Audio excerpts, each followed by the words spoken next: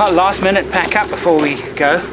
Unbelievably glorious campsite right in the mountains, towering right close to us. Moon last night, absolutely wonderful. Only one problem, a lot of litter around. Really, actually quite disgusting in terms of the campsite anyway. But this morning, again, we're now going, we passed over the highest part of the mountains, we're now winding our way down, and about 3 hours on blacktop to the coast.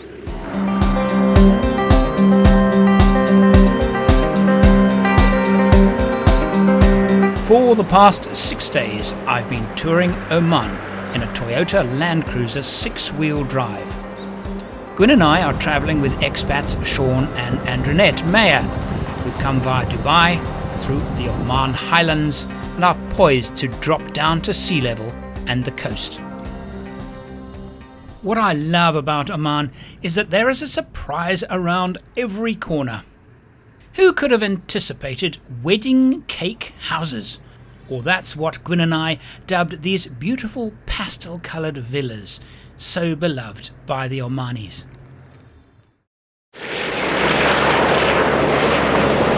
Close to sea level now.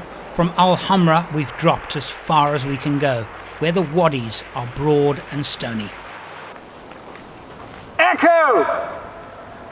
From our brilliant campsite in the canyon, 3 or so hours driving towards the coast, dropping 1,000 meters, we're our new campsite in the canyon. And the sea not 2 kilometers away.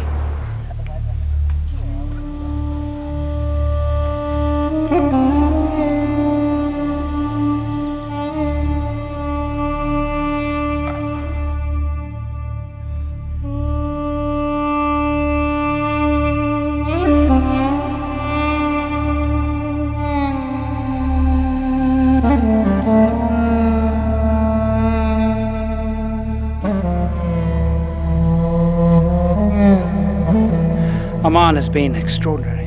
It's an extraordinary country. I think maybe one of the reasons why I love deserts is that they can throw up such diverse landscapes.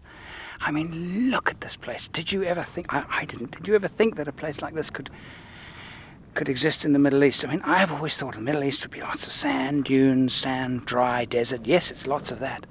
But these magnificent places, there is in fact in the south of the country an enormous rainforest, a genuine rainforest in Oman. Oman's a very, very big country.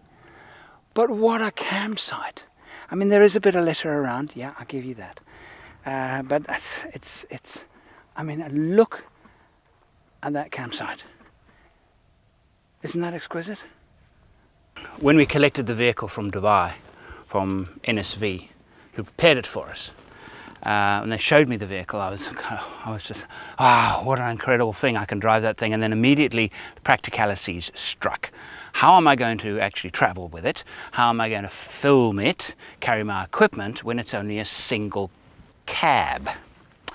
So they very generously got to work, and in a matter of days did the following. They built this to mount the rooftop tent, so we would have a place to sleep. They took 2 camera cases and they strapped them, bolted them, good firm brackets onto this cage that runs almost the full length of the load bed. And it's a waterproof, dustproof container, all my camera equipment. In the middle, a cage for firewood. Fridge. Now, the Waco is not my favorite fridge, but you know, they're actually really good. They're very reliable. They've got a great name. They are heavy on current, but apart from that, they're great. They're good. I like them. And so 40-litre Waco with, of course, lots of very nice cold Cokes. I managed to get a sponsorship from BF Goodrich in Dubai. So grateful for them, because again I wanted to do more tests with the KO2 all-terrain, and this has been even better because it's been very, very rocky, very hard on the tires, The old tyres did suffer from some chipping. Do the new tyres suffer from chipping? Not as far as I can see. I haven't seen one lost lug. This is the 1HZ 4.2 aspirated diesel engine with an aftermarket Safari turbo fitted. Not enough power for this car, even with a turbo fitted. I would say that it is still underpowered. I would certainly, if I was buying one, select a different engine. Inside, what they did do for me, which was very nice of them, is fit. It's one of their own products. It's a it's a time monitoring system, entertainment system, and it's linked directly to the audio system. It has navigation, has phone, and it mirrors one's own iPhone or iPad or whatever. I haven't really used it much because I'm not huge into technical stuff, but if I had sat for a couple of hours and learned how to use it, I'm sure it actually would have been quite fun and quite useful as well. On this side of the vehicle, they built a rack. Now, we needed to carry quite a bit of water, and I've got this rack for 6 jerry cans that they made and installed, and I actually filled them up always because knowing with this huge additional payload, and I wasn't using it, the vehicle was going to ride was going to be very, very hard. I don't think I needed to have worried.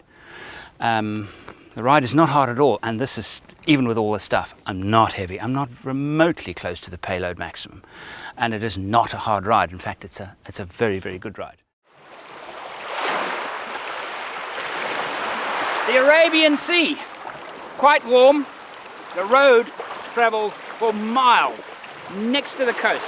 We're going to take it. We're looking for a camping site, but we're also going to look for some nesting turtles. And I understand this is the perfect time of year to do so. Sean must now navigate us to a secret campsite. Not published on any map or on any database, he keeps this place a secret. Well, this down there is our camping spot for the night. But what's so exciting about it is that on the beach itself, on the sand, I can see the little tracks from the turtles as they move from the sea to their nesting area. And in fact, you can see quite clearly down there the mounds where they bury their eggs. Tonight, late, hopefully, we're going to get to see some up close.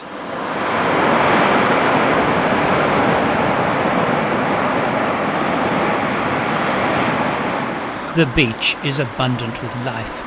Young manta rays play all along the surf line.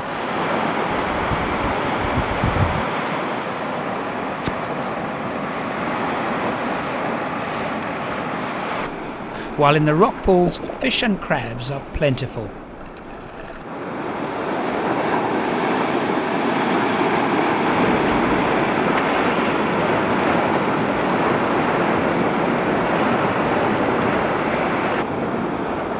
And while no fish fell to Sean's lure, the low spring tide has meant that fresh mussels are easy to reach.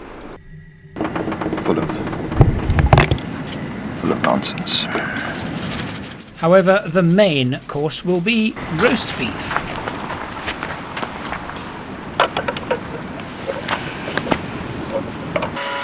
Alright, so it's a standard rotisserie. As long as the ground is nice and soft and we can adjust the height, perfect. We do it.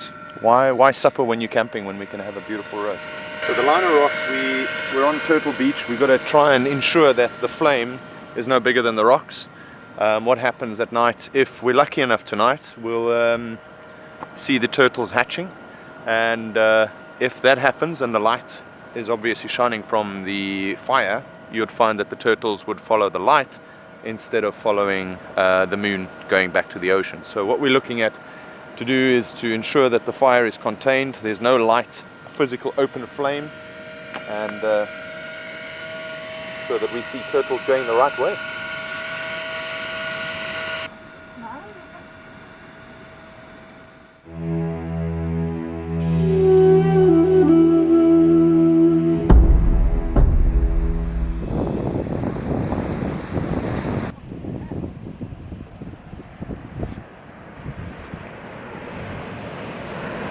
The moon, now well above the horizon, means that the turtles will be coming ashore.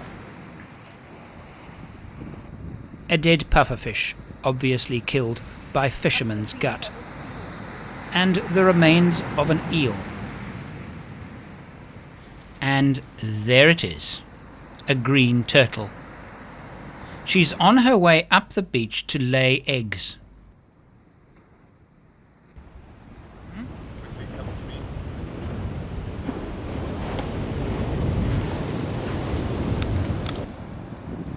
We've turned off our torches, leaving only the red one on. White light might frighten her, and if so, she would flee back to the safety of the sea.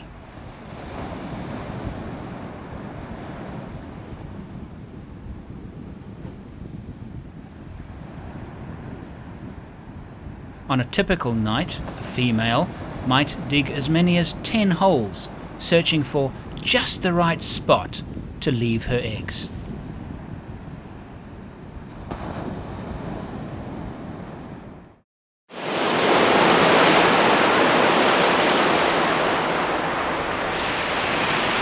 Single biggest disappointment with Oman has undoubtedly been the fact that there is a lot of litter about. It's kind of everywhere. There's obviously a culture of not looking after nature. You know, here, very few people come here, but those that do leave litter behind.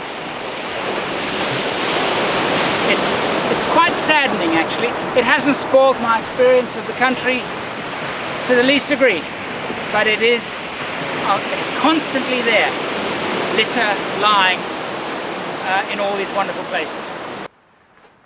I've spent some days now with Sean Mayer and his Land Cruiser 76, and I needed him to explain to me his seemingly insatiable thirst for gadgets. I would class this as quite a cluttered cockpit.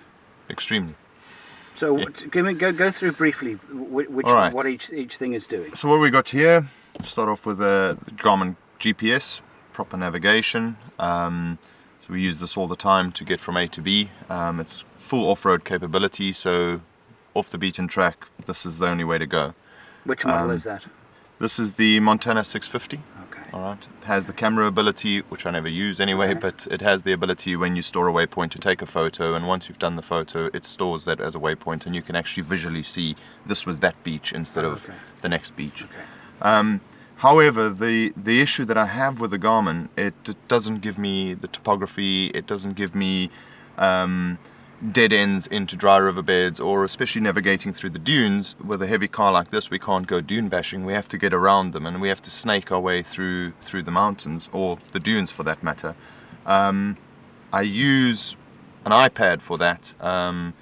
This is Motion X Pro, which gives me full topography, it gives me outline, it gives me satellite views, so without having to have 3G connection, you download the maps that you're going to the area that you're going to prior leaving for that area, and you can then navigate yourself through as if you were on Google Earth or Google Maps for that matter. So in conjunction with the two, we normally find our way pretty easy. We saw yesterday trying to get into this beach with the little canyons in the way, we had to ensure that we chose the right canyon to get to the cliff that we needed to come down, and that's where this comes in handy, because your Garmin is just going to give you tracks and it doesn't give you the Google Earth view. So those are the two navigation parts that I have here. Newly from NSV, they've installed a system that basically does tire pressure. It's various goodies that I love, but what I use mostly over here is my tire pressure. The guys have started to get this installed into the Land Cruisers here in the UAE and Middle East, standard out the box. It's a standard feature. Mine was imported, so unfortunately I didn't get it, but they were kind enough to pass this on to us. That's what I'm looking at most of the time. I think that's the most important, especially running around at the weight that we do. Another nice gadget. So this is a DVR system. This records permanently. So instead of running the standard GoPro with another suction cup onto the window, That's nice and neat. I quite like that. I think we might be using some of the footage. So far I'm pretty impressed. I like the fact that it records all the time, and then when you need something that you want to utilize, hit the button and it takes 6 minutes prior recording and whatever you're recording at that point in time. I think that's a phenomenal feature. I find when I was running the GoPro, as soon as you see something you hit that, but the moment's over. The fact that it's using 6 minutes prior is phenomenal. So I have the two-way radio, so that's my speaker, so I can hear nice and loud and clear what's going on when chatting to, especially with guys using handholds. The clarity is not always that good.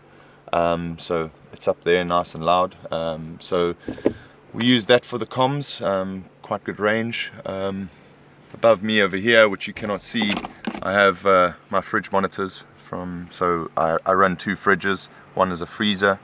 You might say, why run 2 fridges? It's an overkill. Well, the joys of spending time like this off the beaten track, I would say, is spending time with the missus, and the missus wants ice. So we will run 2 fridges. Whether it uses as much battery power, we get the ice. So you've got to give it take a little. So that's where we're at. So fridge monitor is important. I've had a couple of times where the actual the power cable is pulled out of the fridge, and if you have to keep on checking your freezer, it's obviously going to be working overtime. So checking that it's actually on and not losing your meat on a long trip, especially if you're gone for 5, 6, 7, 10 days, you need that freezer to run at optimal temperature. So important, out of sight, out of mind, but good to check every now and then as we're traveling. It's time to wrap up my trip. My conclusions are that Oman is an overlander's paradise. All the ingredients are there. And the multi-drive 6x6 Land Cruiser is extraordinary. And I think it's that way because this design has evolved over 20 years. This fabricated chassis is added behind the cab.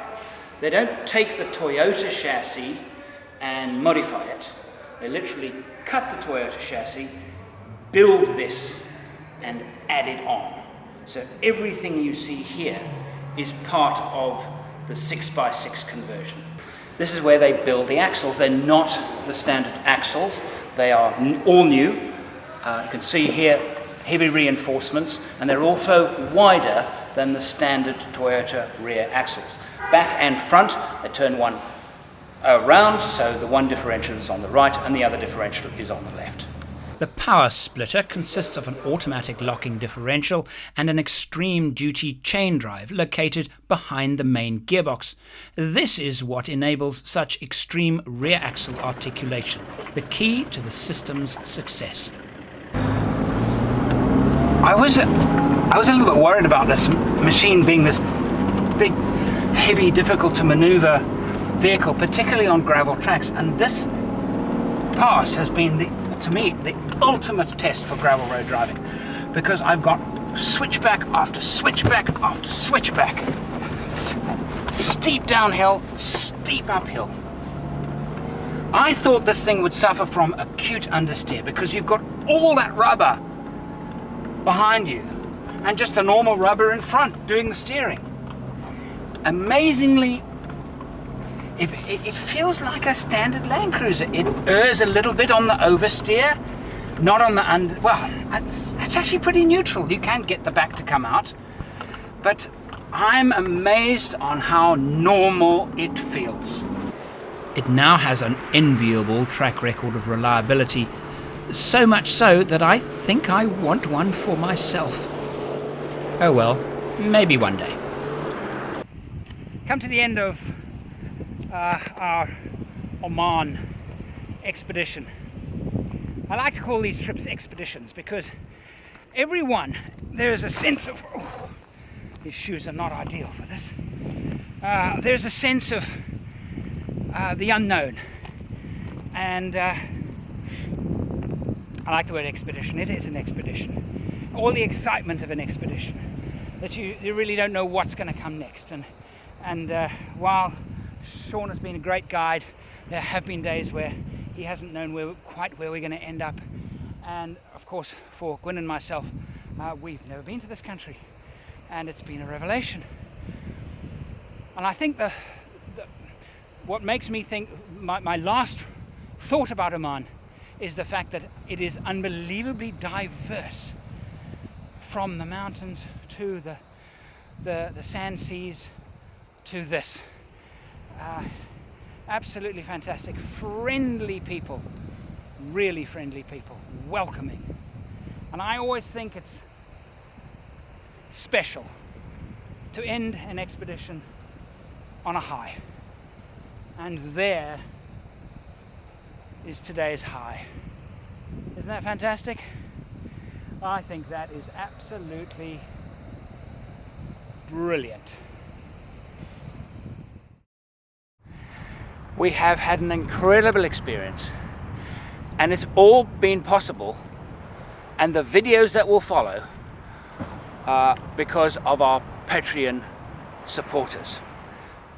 Patreon supporters basically saying, Andrew, we really love your videos. In some way we live through you. We don't have the time to get out so much and see these incredible places. You're doing it for us. Please keep doing it.